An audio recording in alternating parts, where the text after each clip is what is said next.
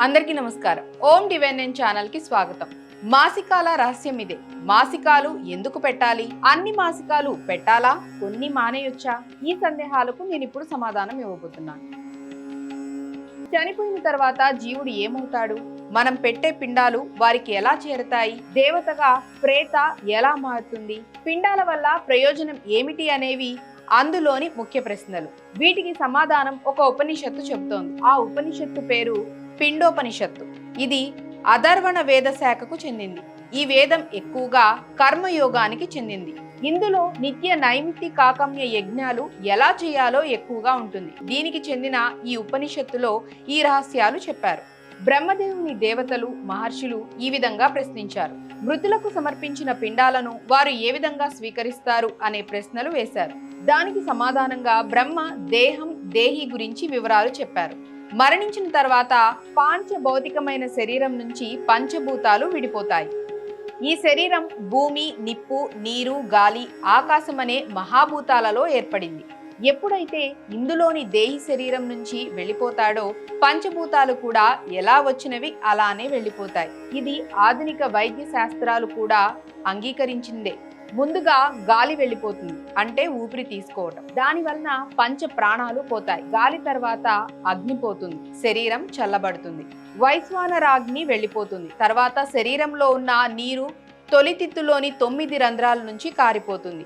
ఎప్పుడైతే గాలి, నీరు, నిప్పు శరీరం నుంచి తప్పుకున్నాయో భూతత్వం అయిన ధాతువులు ఎముకలు, వెంట్రుకలు, గోళ్లు వంటి రూపంలో మిగులుతాయి.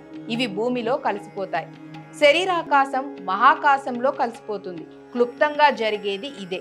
ఇది పంచభూతాలు వెళ్ళిపోయే విధానం. నిజానికి మనకు కనిపించే స్థూలమైన బాహ్య శరీరంతో పాటుగా ప్రతి ఒక్కరికి కారణ శరీరం, యాతన శరీరం అని ఉంటాయి. కారణ శరీరం మరో జన్మకు మనం చేసుకున్న పాపపుణ్యాల సంచులు మోసే శరీరం. తన సంచుల్లో ఉన్న పాపపుణ్యాల ప్రకారం మరో శరీరం వెతుక్కుంటూ వెళ్ళిపోతుంది. అదే నూతన శరీరం పొందుతుంది. ఇక యాతన శరీరం నరకానికో లేక స్వర్గానికో వెళ్ళిపోతుంది. ఇలా వివిధ శరీరాలు ఎవరి దోవన అవి వెళ్ళిపోతే మృతుని ప్రేత మిగిలి ఉంటుంది. ప్రేత ముందు 10 రోజులు తన ఇల్లు, తన పరివారం, తన ఆస్తుల చుట్టూ తిరుగుతూ ఉంటుంది. దీని తర్వాత 10వ రోజున సపిండులు, సగోత్రీకులు, బంధువులు, స్నేహితులు వచ్చి వదిలే ఉదకాలు దాని దాహాన్ని తీరుస్తాయి. వీటికి తృప్తిపడి అది 10 రోజుల తర్వాత తన వారిని, నా అనుకునే వారిని వదిలి వెళ్ళిపోతుంది. అయితే ఇది ప్రేత రూపంలోనే ఉంటుంది. పూర్వ క్రియలు అయిన దహన సంస్కారాది 12 రోజుల క్రియలు పూర్తి అయ్యి మధ్యమ క్రియలు అయిన మాసికాలు జరిగి పూర్వ క్రియలకు అర్హమైన సపిండీకరణం జరిగే వరకు ఈ ప్రేత రూపంలోనే ఉంటుంది.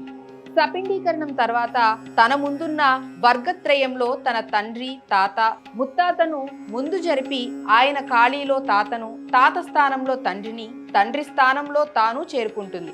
పితృదేవతా స్థానం పొందుతుంది. దీనికి కావలసిన కొత్త శరీరం మాసికాల ద్వారా చేసే ఏకోదిష్ట శ్రాద్ధాల రూపంలో అందుతుంది. నిన్నటి బాహ్య శరీరాన్ని విడిచి కారణ శరీరం, యాతన శరీరం కోల్పోయి ప్రేతగా ఏ శరీరం లేకుండా ఉన్న మృతుడు మాసికాలలో కేవలం తనకు మాత్రమే ఉద్దేశించి వదిలే పిండాల ద్వారా కొత్త శరీరం సంతరించుకుంటాడు. వీటిలో మొదటి పిండం ద్వారా కొత్త శరీరానికి బీజం పడుతుంది. దీన్నే కలనం అన్నాడు.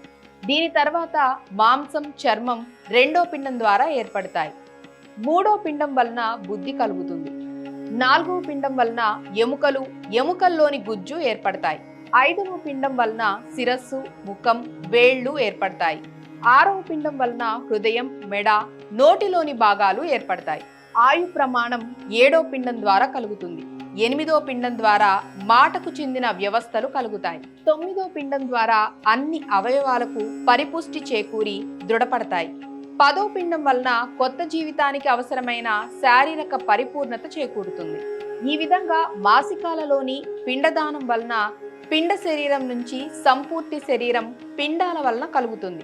ప్రపంచంలో భోగాలు అనుభవించటానికి శరీరం ఇచ్చిన తల్లిదండ్రులకు మాసికాలు నిర్వహించి వారికి శరీరం ఏర్పడటానికి అవసరమైన పిండాలు సమర్పించి వారి రుణం తీర్చుకోవాలి. నిజానికి మొత్తం 16 పిండాలు ఈ సంవత్సర కాలంలో ఇస్తారు. వీటిలో 10 పిండాల గురించి మృతుడు కొత్త శరీరాలు పొందటానికి దోహదం చేసే ఆహారంగా ఉపయోగిస్తాయని పిండోపనిషత్తు చెప్పింది. మిగిలిన పిండాల గురించి గరుడ పురాణంతో పాటు అనేక పురాణాలు చెప్తున్నాయి.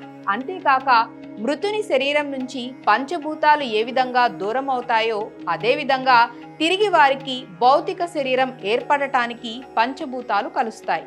ముందుగా జీవికి ఆస్తిక్యం ఇవ్వటానికి కారణమైన ఆకాశం అతనికి స్థలం ఇస్తుంది.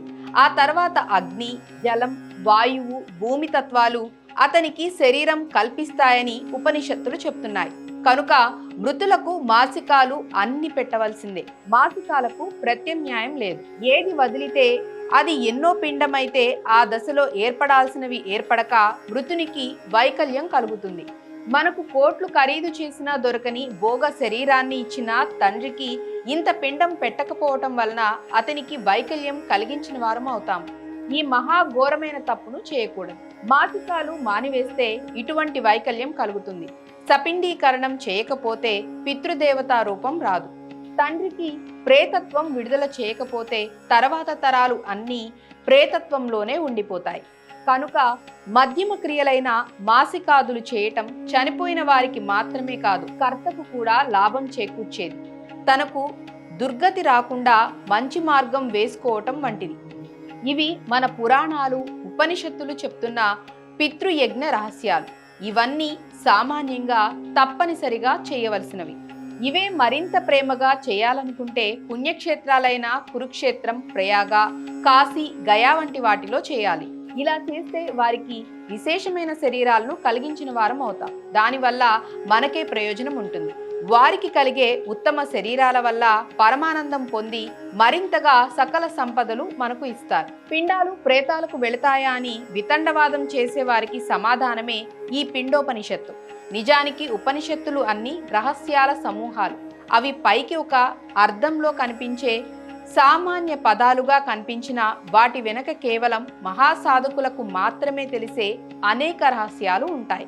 అవి కేవలం సాధకులు, పరిశ్రమ చేసిన విఘ్నులు మాత్రమే అందుకోగలుగుతారు. వీటిని వారు అందరికీ చెప్పరు. కేవలం ఫలానా పిండదానాలు ఫలానా చోట చేయండి అని మాత్రమే చెప్తారు. గయలో ఎందుకు చేయాలి, ప్రయాగలో ఎందుకు చేయాలి అంటే వాటికి అనేక రకాలైన కారణాలు కూడా చెప్తారు.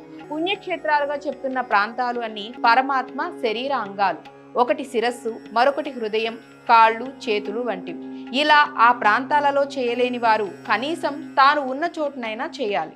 అలాగే వెళ్ళగలిగిన వారు ప్రయాగ, కుంభమేళా వంటి వాటికి వెళ్ళి చేయటం వలన దివ్యమైన ఫలితాలు పితృదేవత ఆనందం వల్ల కలుగుతాయి. ఇక అటువంటి ప్రాంతాలకు వెళ్ళలేని వారు మానసికంగా అయినా వాటిని కీర్తించటం వలన పుణ్యం పొందుతారు. ఉదాహరణకు మాఘ పౌర్ణమి చాలా మంచిది. దాన్ని మాఘ పౌర్ణమి, మహామాఘి అని అంటారు. ఆ రోజున పితరులకు ప్రయాగలో పిండ ప్రదానం చేస్తే దివ్యమైన ఫలాలు, సంపదలు కలుగుతాయి. ప్రయాగలో చివరిగా రాబోతున్న మహాశివరాత్రి స్నానానికి ముందు రానున్న పుణ్యదినం.